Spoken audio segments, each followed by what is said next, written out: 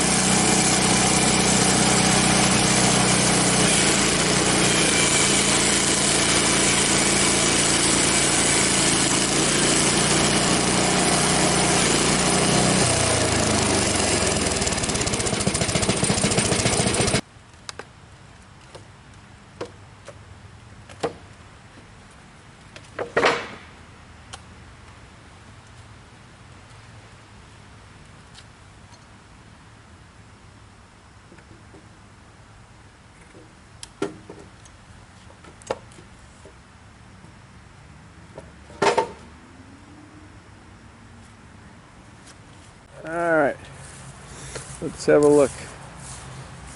So this has one edge sawn, so that's not a full width. I had to cut part of it off. Let's see, here's one. This is probably like one of the bigger ones, yeah? Alright, so that's like a 19-20 inch cut, yeah, like a 19 or 20 inch cut. So they're pretty wide boards, that's pretty awesome. Sawmill did pretty good with a we'll call it a 20 inch cut. Yeah, so I think we're going to square those up. And square those up too. But we got one more big bottom section I think we're going to roll over and saw. I think we're going to make that into a cant just because it's short. It doesn't fit between the two yellow supports. So then I got to put a 2x4, which eats up 1.5 inches of clearance for the sawmill, the blade supports. All right, here's our third one we're cutting. Let's have a look.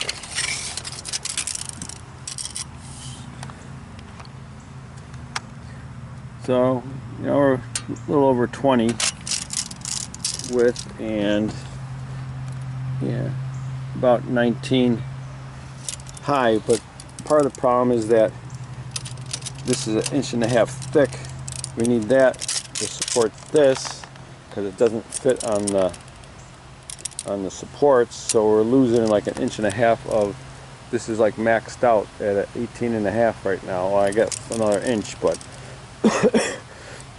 and then we got to get it centered because I guess we're not going to lose on this side because I put the board this way, but I can't go very far down because that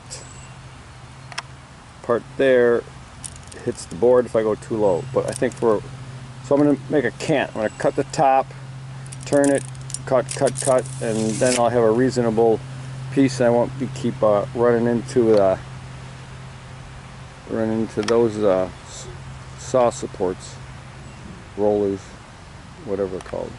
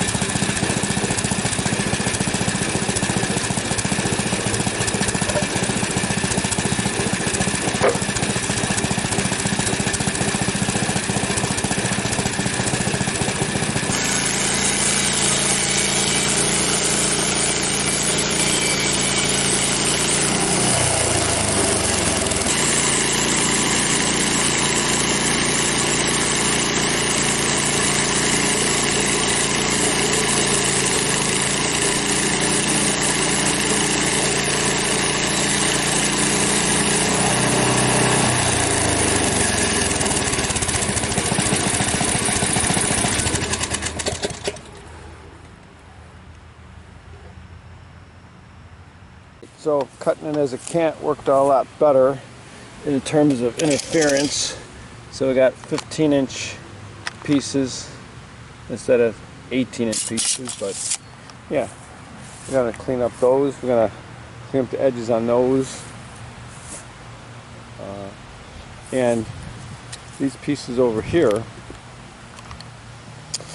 are too wide to fit in the chipper, so we're going to run those through lengthwise and throw them in the bin for chipping.